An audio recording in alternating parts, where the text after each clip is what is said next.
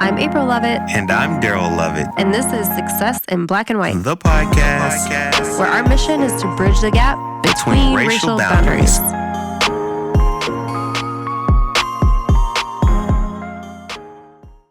All right, y'all, we are back with another guest, and I'm about to read his bio.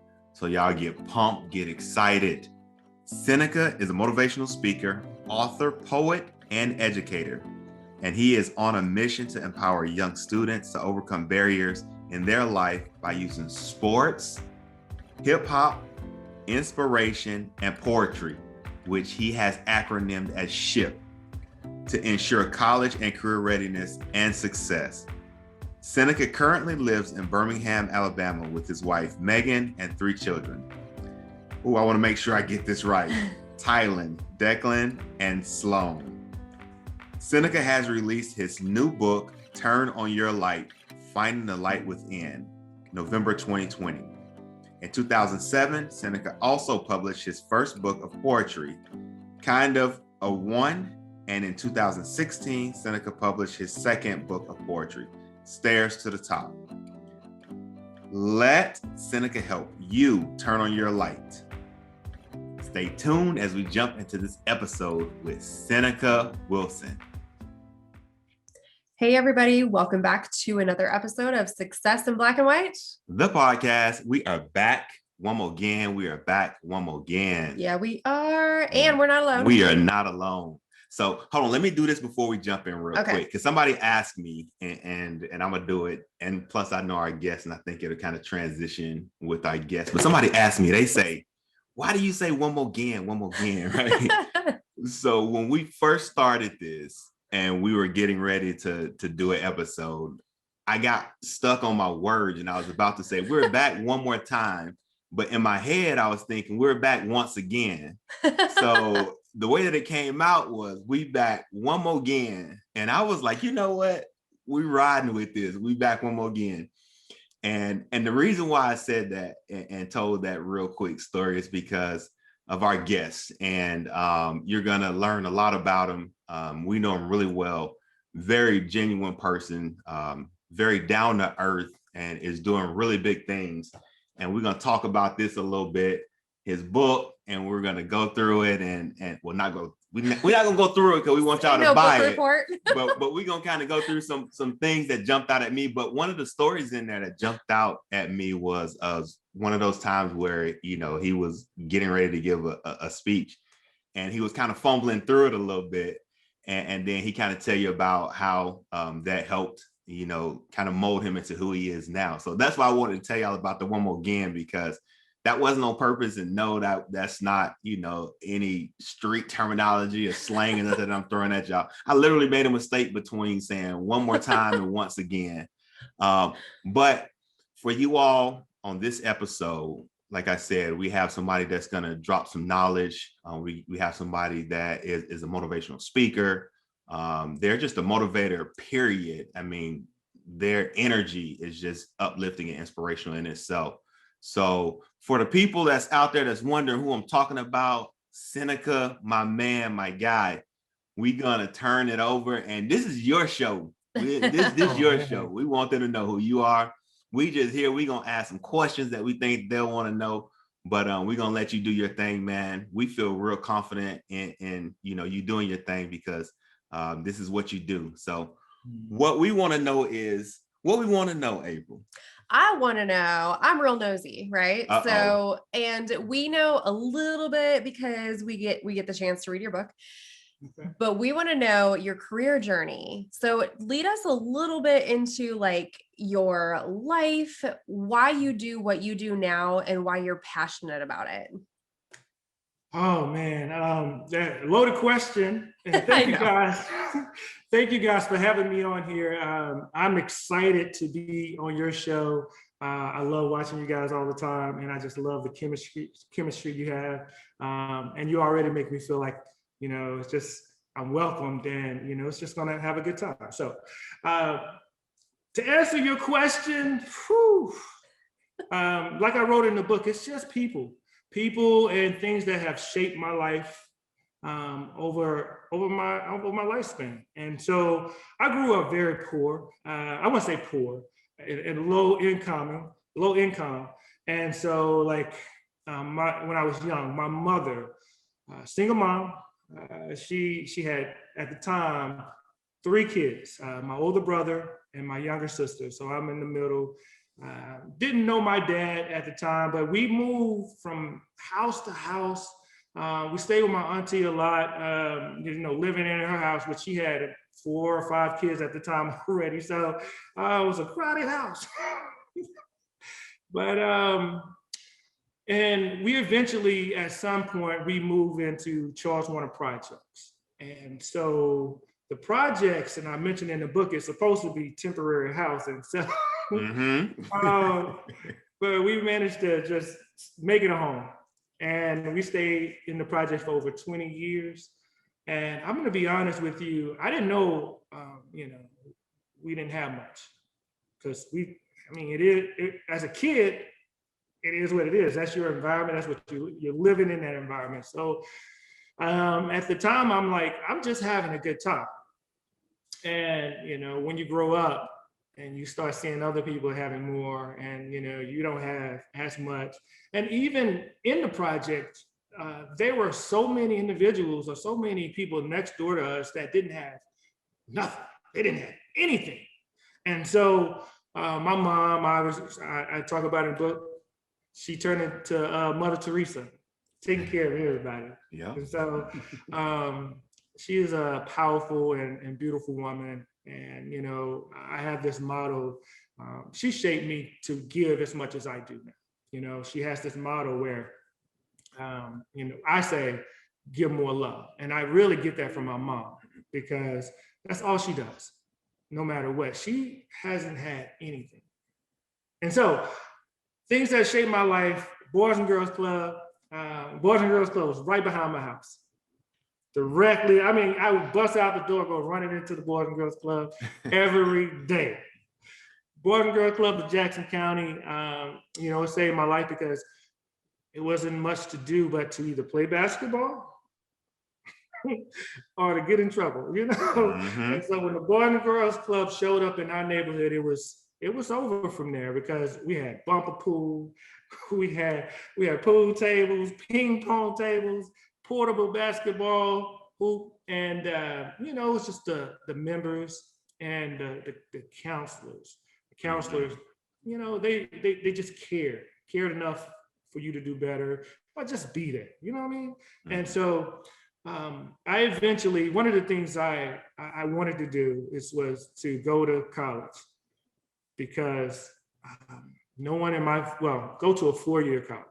No one in my family has ever been, and I'm not just talking about my mom, I'm talking about everybody. Wow. No one went to college before me. And so that's all I really wanted to do is to go into graduate. My whole life plan, that was it. It was over after that.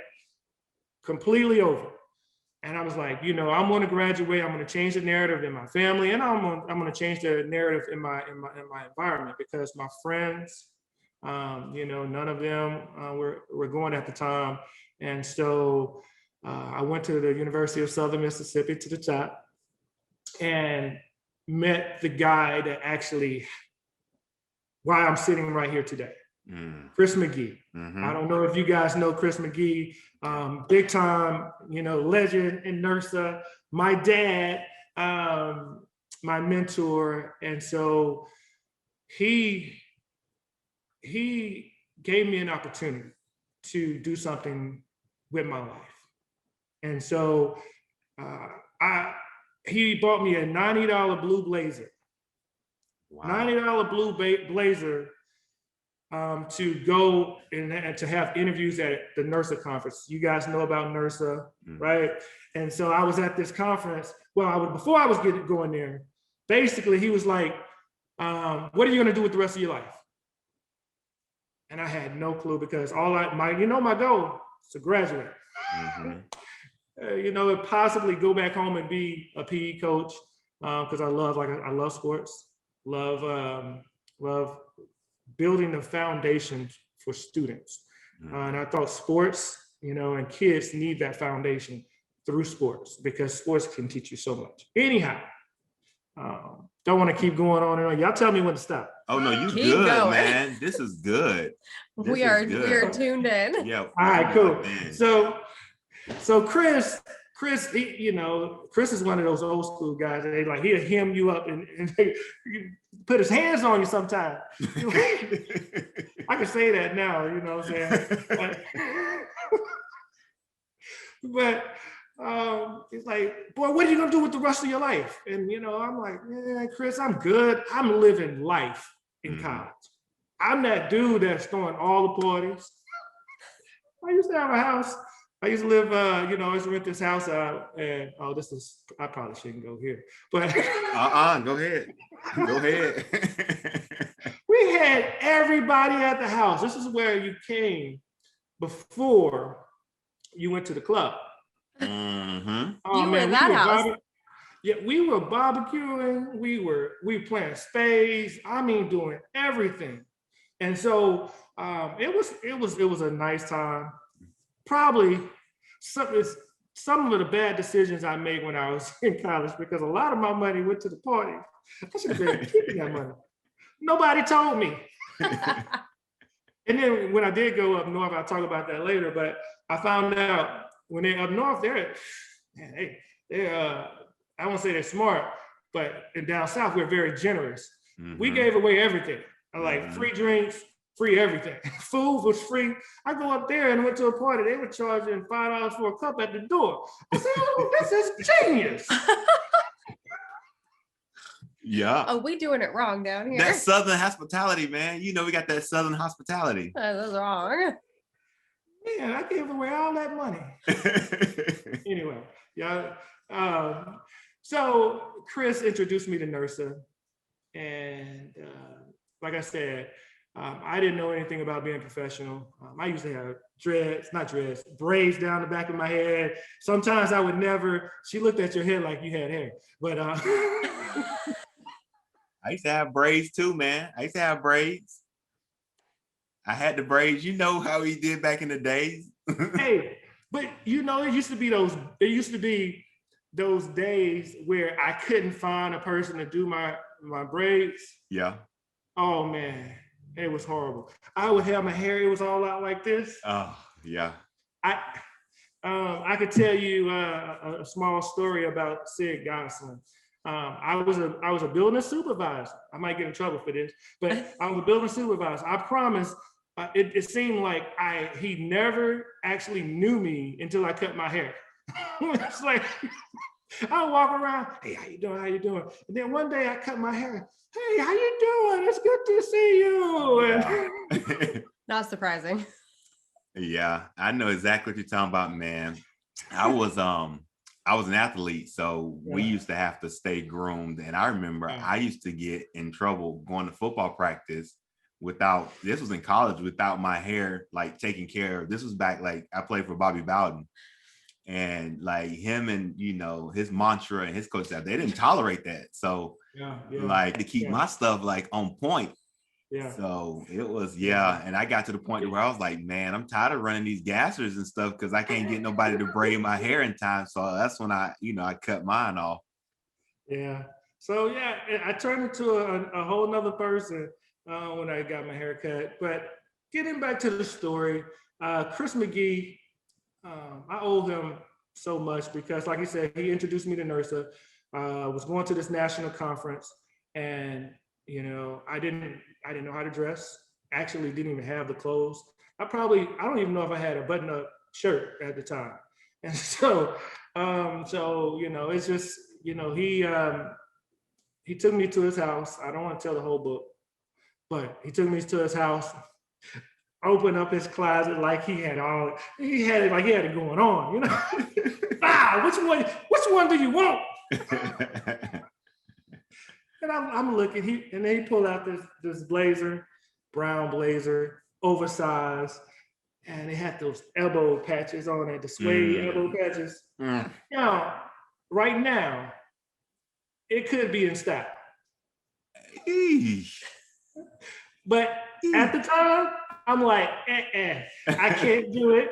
I'm not going to do it. So, like I said, you read in the story, he brought me this $90 blue blazer, and I was forever grateful for that moment because I wore that blazer at every freaking interview. And so switched up the ties. You know, some of my friends let me borrow some ties, but and landed a job at Oakland University. And so got to work with my guy, Damon Pryor. And the whole thing is, you know, I know I'm going into my journey, but I've been in the field of campus recreation for a very long time, or about 16 years as a graduate student up into professional. So my thing is, Chris McGee opened up an opportunity for me to meet so many professionals in my life that has contributed to me being a great professional in the field of campus recreation and just a great person and professional overall. You know, people such as like Damon Pryor. Well, Stell Brown also, I don't know if you guys know him, but he took me on as a mentee. And so he developed me as a person as well. He has a different style. A little crazier style, but at the same time, it's very effective because he cares and he loves real hard. So, but it introduced me to all of these people that have shaped me to who I am today. And so you ask the question, why am I, you know, how is this helping me, right? And, you know, I just know what Chris did for me.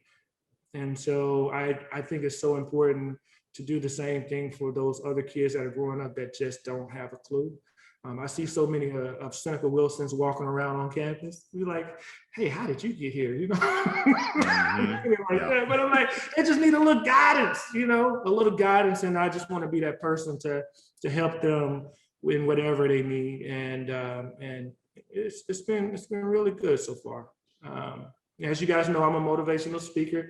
I'm taking that full on, and I'm using that to open up other avenues. I have some really big plans on what I just filed for my LLC today.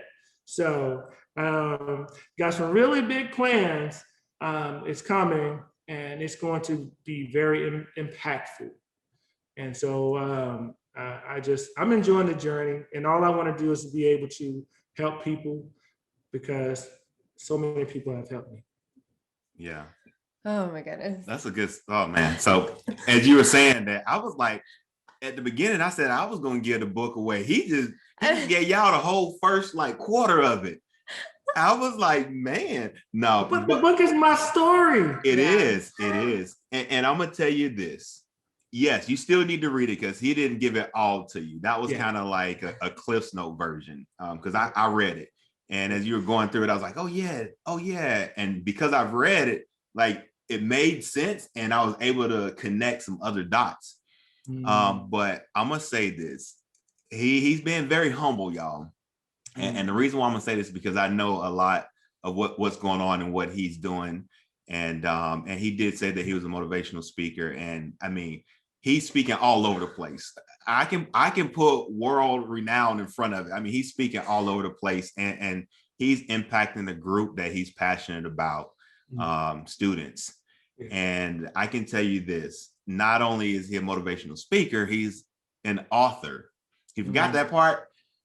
Or not forgot that part, we forgot to elaborate on that. He just kind of glazed over. It's like, right. He was like, I got my book, you know, but yeah, he's an author. Not many people can say that, you know, and there are a lot of people who want to be able to say that who may not, you know, have the inspiration or the motivation to do it. So my question back to you is, you know, you're out there and you're speaking to all of these groups and to all of these students and to all of the people that are also impacting students, and you're an author. Like, what motivated you to take that route? What inspired you to kind of go and do those things, to, you know, to write books? I must say books, and to, you know, be a world-renowned motivational speaker. Oh man, thank you. I do. Sometimes it's hard for me to like brag on myself. You know? I got you. I got you. Don't worry about that. I'm like, he just being so humble up there. He just like being so gracious. but I got you, like, yeah, I see what you're doing, and we know what you do. We know what you're doing, so I'm gonna put it out there. So we want to know what motivated you to take that route and to do that, and to let me say this first before I jump into that. Just being real. Reason why I am as humble as I am, I don't promote myself. I try to use more actions than words. I never had anything, just being honest with you. I'm still looking for the things that I want my family to be able to enjoy. And so, it's at a point where I want to have more and be able to experience more and live life. I want to be able to give back to my mom, for giving so much of herself, because, everybody starts out at a different point in life, everybody's not given the same deck of cards, but you gotta use what you can, but you gotta make the best out of it. And so I'm really hoping to just give as much as I can back to the people that have helped me. And so you asked a question about the book, and why. Oh no, what did you ask about being a motivational speaker? Why did I do that? Being a motivational speaker and an author, like I said, a lot of people dream to do what you're doing. What motivated you, or what inspires you to do that type of work? Okay. So I have so many vehicles that I drive. And I'm not talking about cars, because I wish I had money. But so I have used so many of these vehicles that they all align with each other. I have been in student affairs for so many years. I've been a poet for so many years. I have been a coach for so many years, and I'm an educator. I'm probably leaving some things out, but all of those things lead to impact. Leads to influence, being able to influence people to be better. And so, with coaching, all of those things lead to relationship building. I'm all about relationship building, and I want to be able to either help you be a better person and hopefully get that in return too. Because a lot of times all we really want is somebody to do the same thing with us. And so the things that I do to help other people, it's helping me too. I just did an institute with a bunch of students, and they don't understand. And I had these students come to this free institute, give all this knowledge, this information, but they are helping me too. I'm learning. And so the reason why I wanted to be a motivational speaker is because the name of the book came from Dr. Dennis Kimbrough when he turned on my light. He turned on my light because he said you have 18,632 days left on this earth. He probably didn't use that number, but that's what I have in my head. And I'm like, what do you mean? I was like, well, shoot, I better get started. And so ever since that day, I was like, I want to do something with my life. I want to leave something behind. I want to make an impact. And I realized, because I love people, I love poetry, I love impacting people. I just love impacting people in general. But I talk to my brand strategist and say, yeah, that's good and everything, but you can't save everybody. And my mom used to tell me that, baby, you can't save everybody. Well, you know what? I'm on track. Son, I think that it's amazing to hear you talk about all the things that you are doing and that you're passionate about. And this is a little bit out of left field, but I want to know, what support systems are in place for you now? Because we know that you got a higher degree while you had a family and were working full-time. We know that you work full-time right now. We know that you wrote a book. We know that you motivational speak. We know that you are a leader in the professional field that you're in recreation. We know that you are a poet. We know that you're a coach. We know that you're a father, you're a husband. You're doing all of these things. And I think people see that, and that can be intimidating to people. And so I want to know, how do you manage, I hate saying the word balance because I don't think that exists all the time, but how do you manage that? And how do you find the support to do all the things? Yeah, you guys try to make me cry on your show, huh? Oh no.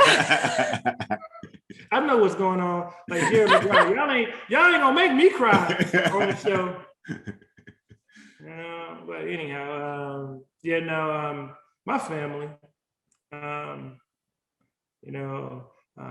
as I would say back in the hood, my wife's a G, Yeah. She supports me in everything I do.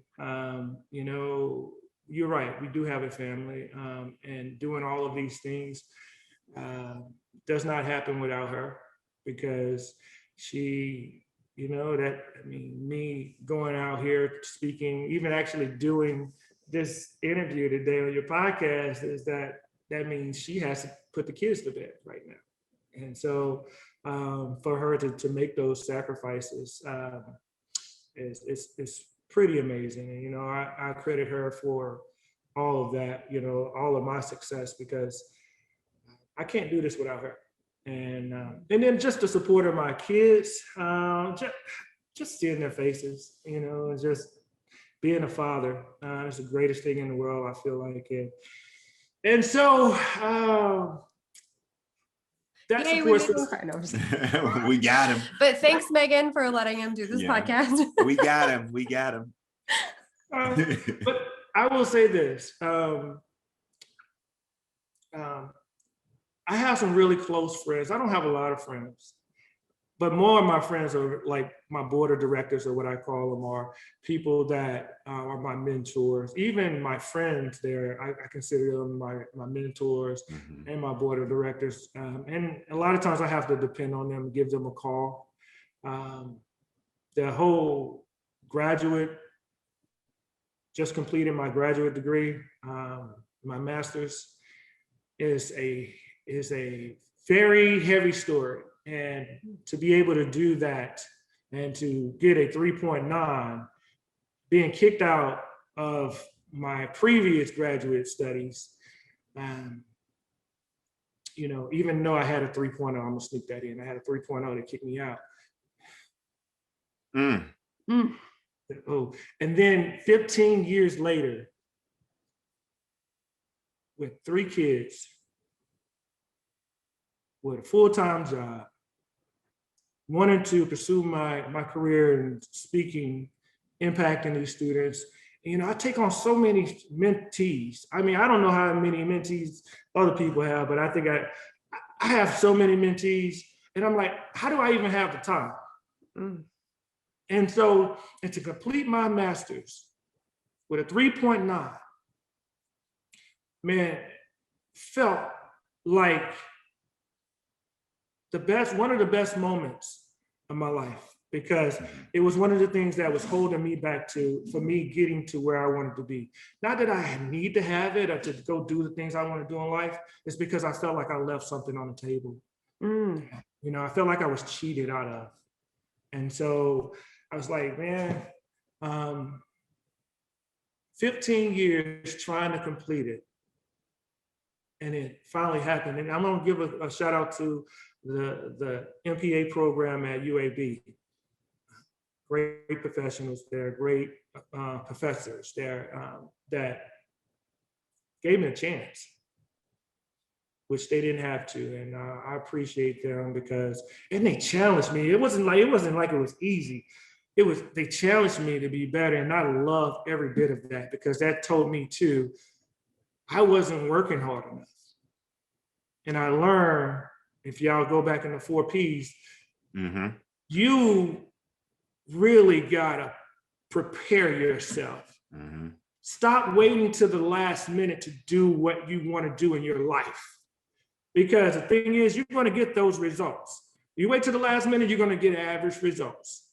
But if you do the work, you prepare, you get the results that you want. And so they showed me how to work hard for what I wanted. And because I told myself I'm not going to let anybody take this away from me. When I got in, like, there wasn't going to be a borderline for me. I'm not going to let anybody decide my fate. And so I took that opportunity. I said, you know what? I'm making sure that I've turned in all of my papers a day or two before. I have it finished a week before. And I would talk to all of the other people, and like, I guess I'm non-traditional, but a lot of people in my program, I asked them, hey, so what do you think about the paper? How are you doing? Oh, I haven't wrote it yet. I said, we're supposed to turn it in a day. Wait a minute. Yeah. I'm probably telling on them, but some people are good writers, so they can probably do that, So, but it's just, for me, I said, I had to change my mindset. And I think that's why I'm doing so well with the speaking right now. It's because I did change my mindset, because for the most part, I just wanted to be a speaker. This is where a lot of people, I think, miss the mark. I don't want to say fail, but they miss the mark because they want to be a speaker, or they want to be this, whatever it is, but don't actually understand how to actually go get it. Like, anybody can be a motivational speaker. They can just go out and start just talking. But there's so much work that you have to put into this, and most people just see, like, because I'm not going to lie. It was me at some point. Like, in the beginning, I'm like, I can do that. Really disrespecting other people's work and their effort and their time. Like, oh, I'm better than him. Yeah, you probably are. But you don't know how much work that person has put in to be in that position.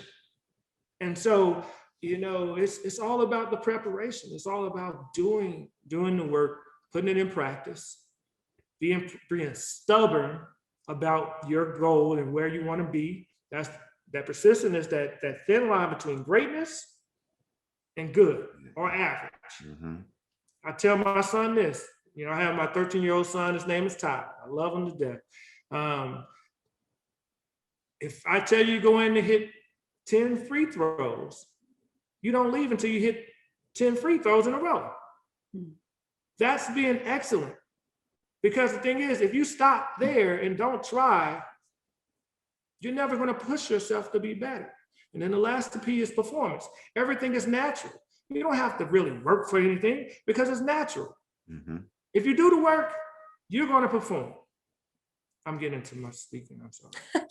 No, man. Oh, you just dropped. I was about to say that clip right there. You just dropped, like, it's just like boom. You dropped knowledge. I told him in the beginning. I told y'all was about to get it.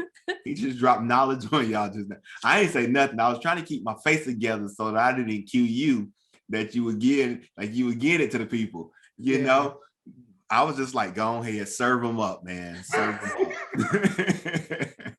Well, I had to flip it because y'all were gonna make me cry. So, I got you. Oh man, I love it. Self-preservation. Yeah, I love it.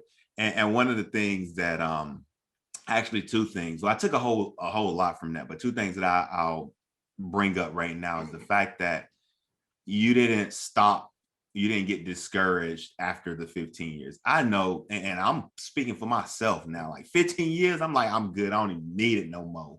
Like, and the fact that you bounced back and you did it with, like some oomph. You didn't just come back and like, all right, I'm gonna try this again. You're like, nah, like, bam. My bar ain't here, my bar here. Like, nobody ain't stopping me, nothing stopping me from getting this. And if everybody could, use that as a motivator for themselves, it's like, nah, if you're gonna go for it. Challenges may come, circumstances may change, but if you want it, go get it, and you set your own bar and don't let anybody adjust that bar for you. Yeah, that was good. I was just like, get to the people. You see me, I was sitting here, I was like, get to the people. So I know. Do you go ahead. Okay. I'm gonna let you have it. He got me fired up right now. I know. I'm just like, He's going to start motivational speaking. Go ahead. Okay. Go ahead. So I want to know, because I feel like there might be people listening to us who are curious about your journey to write a book, because then on top of all the other things that you did, you wrote a book. Yeah. So talk to us a little bit about what that journey was like, what it entailed, like how you kind of went through the publishing and everything. And then tell us, like, what is drop a gem from your book. Like, what from your book would people really take away? Yeah. Great questions. You guys do a wonderful job asking questions, man. I just like to ask really complicated questions to see if you're paying attention. We got you. So, hey, before you get started, Sin, hold up. Hey, if you can't think of which gem you want to drop, I got tabs, I got highlights. Hey, I can point to where I think you should go. Well, I'm gonna need your help. I got you. You know, that's one of the things that I love about what people, you know, I know how I feel about it, but I think it's more important how other people feel about it, because I'm a poet and we write for ourselves, but when you perform it, so many people get like 100 different perspectives from it. They take what they want from it and their experiences. I love that. So it helps me. It helps me as an author, helps me as a poet, a writer. So I do want to hear your gems too. I got you. All right. How did I get to the author stage? I'm going to go back to my first book. I don't really talk about this book. It's a poetry book. I had a bad experience with a company. And so I felt like I did everything, you know, and it was a subsidy company and you had to pay them to do whatever. And I felt like I did all the work. And so I felt like I was a little ripped off. You know, you go through life making mistakes to be better, right? And so I said, okay, I won't ever make that mistake again. I'm going to learn how to publish a book. And so I did. I practiced with my second book, and that's Stairs to the Top.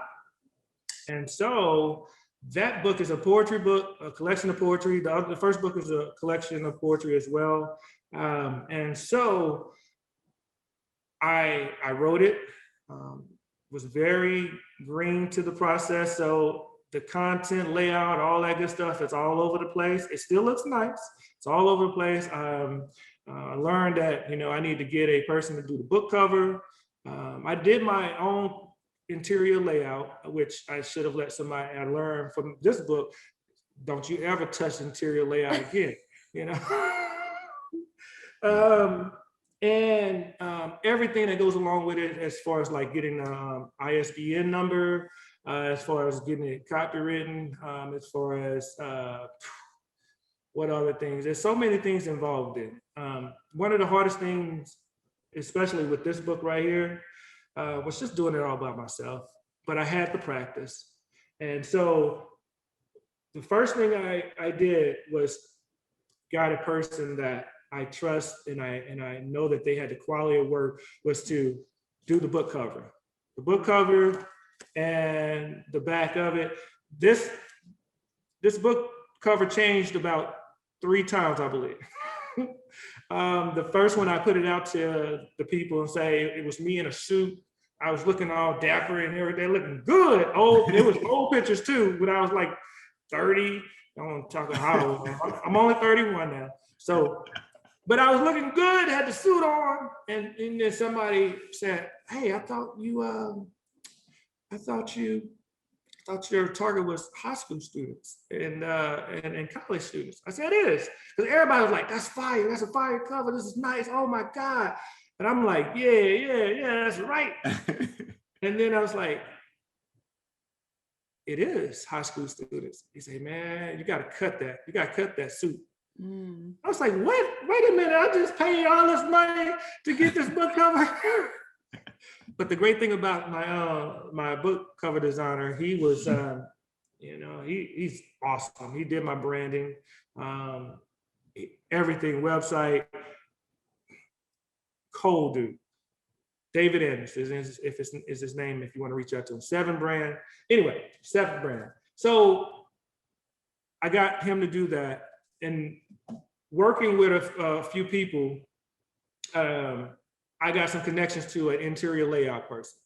This was the hardest part of the book for me because my editor is someone, it was my brother-in-law, but he's like a English guru. So I was like, I capitalized off of him. He charged me 3 socks and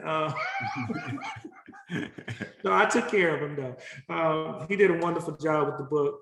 Matt Toomey, he is amazing. He's my brother-in-law. But editing wasn't as bad. But the interior layout was the hardest part because I had to work with my editor because like I gave the edits to the layout guy, interior layout guy. He gave it back to me in the format it's in, right? But then I go through it and I'm thinking that, hey, it's over with. It's time to turn it into a book.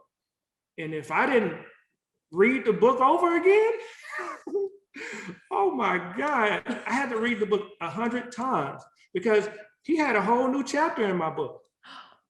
Oh yeah, I was like, hey, wait a minute. I don't remember writing about Susie. I mean, I'm literally like, I had a whole, like, it was like 2 pages. Wow. And I was like, oh, wait a minute. And I'm sure, it was a mistake on his end. He probably does so many books and stuff. So I'm like, it looked like my book, and I had some titles on the side that wasn't my titles. And so I kept going back and reading it 100 and like 1,000 times just to make sure, because the thing about it, I had to give it back to my editor again for him to read it, but he's not reading it for whether it's that chapter, the right chapter or the right words in there. He's reading it for the edits. Yeah. And so, and then I had to work with my interior layout guy for the book cover, with my book cover guy, to make sure that the spine is the right size, make sure that the first page is the same. And that process was very frustrating, tiring, frustrating, whatever. But the rest of it was pretty easy once you know what to do. Mm-hmm. After you because the ISBN number, so easy. I mean, you don't even have to have the book finished to go get you an ISBN number. All you got to really do is just go online, put in information, boom, and they give you a number. Then the copywritten process it's very simple, but the website makes it so difficult because there's so much information on there, you don't know what to choose. But like I said, once you figure it out, the process is easy. I wouldn't, unless someone paid me to write, and I have a couple other books already in process. If you're not paying me to write a book, I'm publishing my own book. Mm-hmm. And it's like I said, once you learn how to do something, I mean, you're kind of unstoppable. Now I can tell you this, I'm still getting, this is my first self-motivation book, right? I'm still getting better. I know there needs to be some improvements. I love the book, but it's always room for improvement. So, but how I got to be, why I wanted to be an author, I don't know. I don't know. When I became an author the first time was very exciting for me. The first book was very exciting. This book wasn't about me being an author. This book was about impacting the students. Mm-hmm. This book was about getting this book or my knowledge in the hands of other students that I can't see, that I probably may not meet. Mm-hmm. And how can I get my message out to people in the best way I can? And so, if y'all don't mind me doing a plug, tomorrow I'm announcing that, because this probably won't go out tomorrow, but I'm announcing. You want me to hold up on this? No. It's not going out. It's not going out tomorrow. So say it. So if you hear us now, it already didn't happen. Yeah. So whatever he's gonna say, go check it out. Yeah. So I want to get this book. So I'm doing a campaign. because I give this book out so many times to so many students, and it's hard not to, like, because they don't really have the money to buy it, right? And I want to give it to them, but I know I can't survive off of giving everybody a book, because it does cost for the book to be printed, and and a lot of times I ship it to them and I'm paying the shipping. So I'm doing a book campaign, and so I'm asking people to help me give the books away for free. And so I'm going to do it for February and March, and I'm looking to get 5,000 books to just give out to students, whether they DM me, whether they go to my website asking for it, or whether I've just run into them, or I go deliver them at a school, whatever the case may be. That's all I really want to do, is to get it in their hands, and hopefully I can help them. Because I can tell you this, a lot of people know that they're going through a tough time, but with COVID going on, not being able to go anywhere, not being able to socialize, a lot of our students are very lonely. A lot of our students are distressed. A lot of our students are depressed. And it's at a point where, what can I do to help with that? And so I want to be able to help. And I feel like this is a good way to do it. And I feel like this will keep me from my wife yelling at me. Stop giving out the books.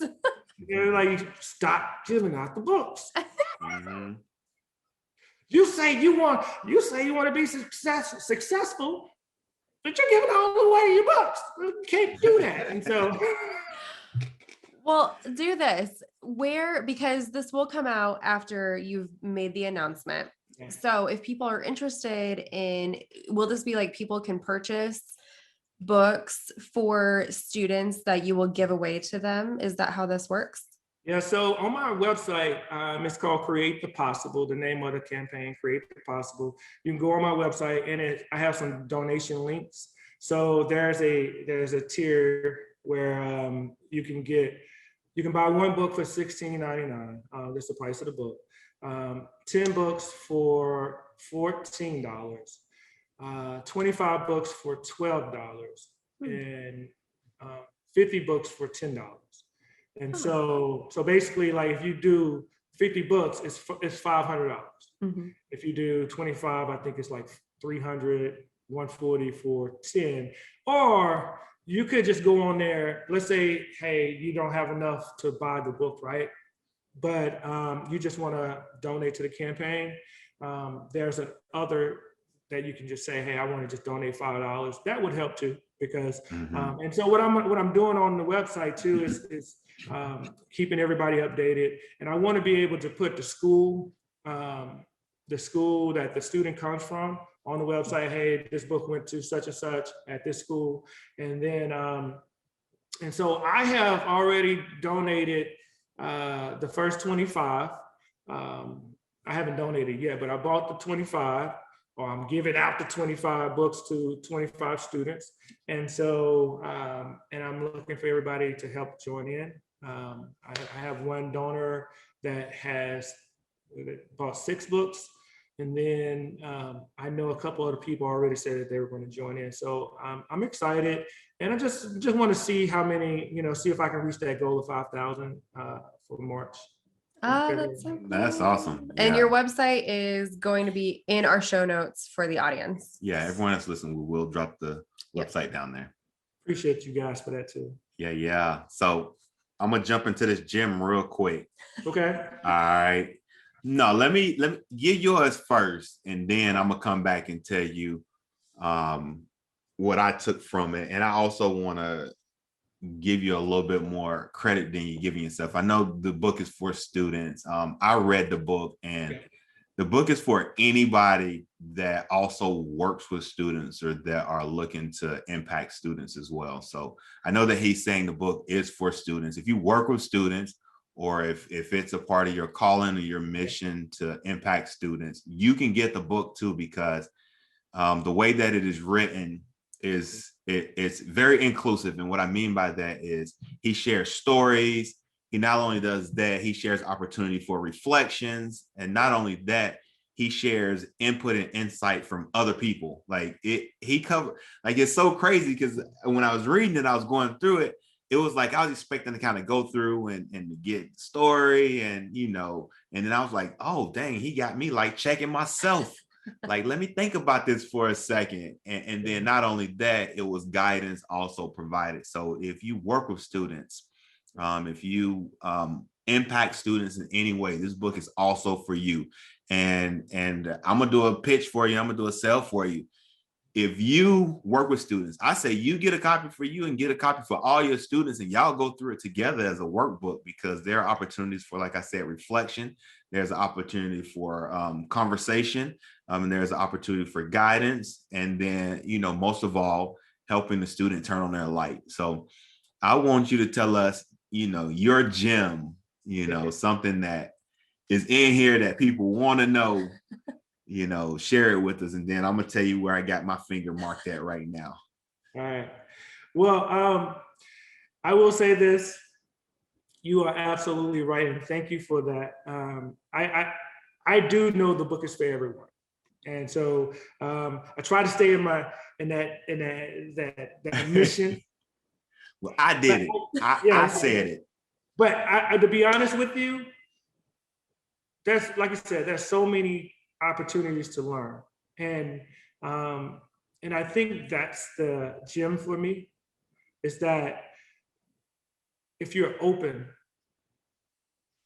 to taking those opportunities to reflect on the people and the places and the moments that have impacted your life, you can be able to turn on your light.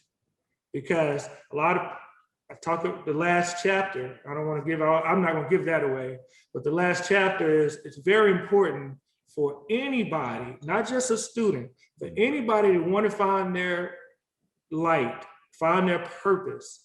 It is so important to read that last chapter. I talk about Bruce Leroy with my favorite movie. The Last Dragon by Barry Gordon. Show enough. Okay, let me stop. So it is so important to read that last chapter, because it's all about, the book brings you to that self-reflection. Like with my experiences, the important thing for me, I did not want to write a book to tell you what to do. There's so many motivational speakers. You got to do this. You got to do that. You got to do this. I don't want to be that person. I know sometimes you got to say that, but I don't want to be that person that's going to, I want you to learn from either my mistakes or my experiences and take what you need from it. Mm-hmm. And so that's how I wrote the book. I will tell you, my gem is the last chapter. I really, really love the last chapter, and I think it brings the message home. Mm-hmm. The other gem is I love the 4 Ps. If we're going to talk about it, I think the first part of the book is experiences and moments in my life. The second mm-hmm. part is applying mm-hmm. the things that helped me get to the next level. And I think the 4 Ps have been very significant for me: preparation, practice, persistence, and performance. So those self-reflection and being open to learning from anyone at any time is my gem. Oh, so it's man, I just got goosebumps because it's crazy that he said that, because everything that he said is summed up in his book, and it's labeled as comfortable with being uncomfortable. So before you even do any of that stuff, like, you got to be comfortable with being uncomfortable. And that's the gem. And it's funny because how you were saying that, I was like, he basically is saying all of these are things that you're going to need, in order to move you forward. And then I'm coming back and I'm telling you, which is before those. Yeah. But in order to do that, you got to be comfortable with being uncomfortable. And that was the gem for me. And obviously the story that you gave in that chapter about the professor that you had, and obviously you know it better than I do. I'm just trying to remember from reading it, the professor that you had, and if you was late to class, you had to do something, and like he challenged you in a way that you were normally uncomfortable with, and by the end of the class, like you felt like you was ready for anything that he might ask of you. So, you know, we have seen our prime opportunities of growth when we are uncomfortable, not when we're comfortable. And so I love that you said that, because we challenge each other. You know, he'll say like, if that's an opportunity coming, but there's a risk, oh, well, take the risk. I'm like, let's go. Take the risk, which is kind of great because we have 2 kids and, you know, like there's family. And so it gets scary for people to be uncomfortable. But I love that, because that is when that's the only time we've seen growth. Yeah. And that's the only way to growth, is to be able to put yourself in a position that is going to help you overcome those fears that you have. Right. And so it was funny about the professor, because I didn't go into the whole story because I tried not to lose the message. But man, some of my like classmates, I just took a class. I just joined it because we could do that at Syracuse. And so, man, he would make people cry. It was so bad. Ooh, they were crying because he's a non-traditional professor. Probably don't know the etiquette or or like things you don't supposed to say to students. But he challenged people because he was a real life, I'll say real life, but he was a person that he was a realist. He was out there in the work environment doing it. You know, it's like, this is what's going to go on, and you can't walk in here late. I mean, I know it's class, but you can't walk in here late. And if you are going to walk in here late, guess what? Give me a presentation for like 5 minutes.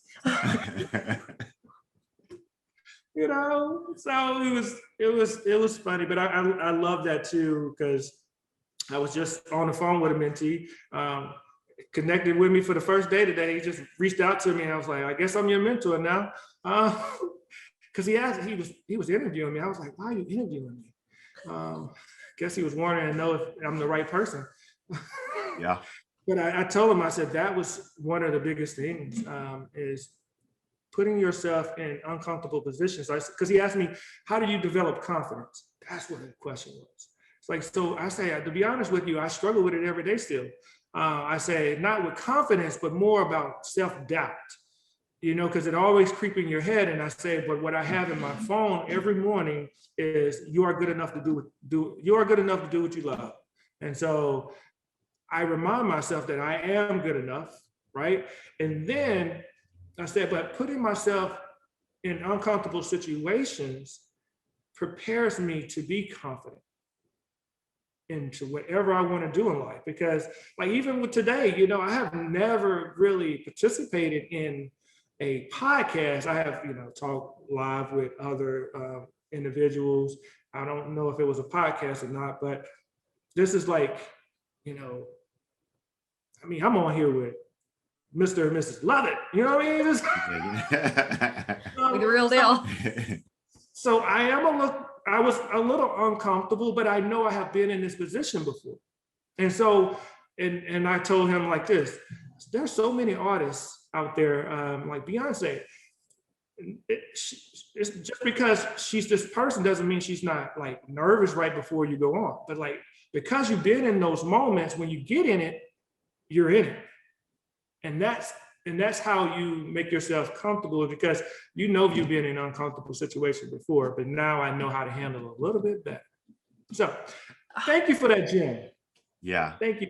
I love it. I'm like this. We could talk about this all night. I mean, we talk about like people have issues with imposter syndrome, and they're just like, I can't find my confidence level. And like, this is it. What you're talking about right now is it. And I love that it's in your book. I think everybody should go buy your book. Thank you. Hey, whatever she said, do it. Do it. Do it. Well, I mean, I will tell you, I have like 1,000 more questions for you. And I know for our audience, we want to make sure like this is a time frame that is going to be good for them to listen in. But I think you need to come back because we have so many more things that we want to talk to you about. But I think that this will be great, especially in terms of starting your campaign, which congratulations. We're really proud of you and we're excited for you. Yeah. We will be there. We'll support, we're going to be there. And I think we just bring you back on. Yeah, definitely. Let's do it. Let's do it. I'm game. I love it. Thank you. Yes. Yeah. But you got, I know I have a lot more questions, but we will end it for now so you can get home to your kids and our audience can process everything that you just said, because I do not want to take away from the things that you just gave us throughout tonight. Let's do this before we end. Tell everybody where they can find you, how they can connect, where your contact information is. Go ahead and say that verbally, and we'll also drop everything that you're saying in our show notes so that if someone doesn't catch it, they can go down there and it'll all be provided in link form. Thank you guys. Again, thank you for this opportunity to be on your platform. I really appreciate you guys. And I look up to you guys because y'all have a great relationship.